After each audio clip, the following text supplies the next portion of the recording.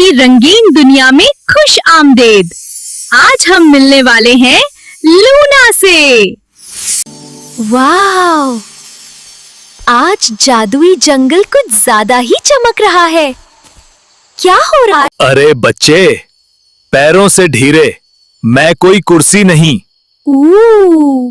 आप बोलते हैं ये मैप तुम्हें जंगल का सबसे फनी राज दिखाएगा। फनी राज? मुझे तो हंसी बहुत पसंद है। Welcome to jungle comedy club. आज का जोक, केला भाग क्यों नहीं रहा?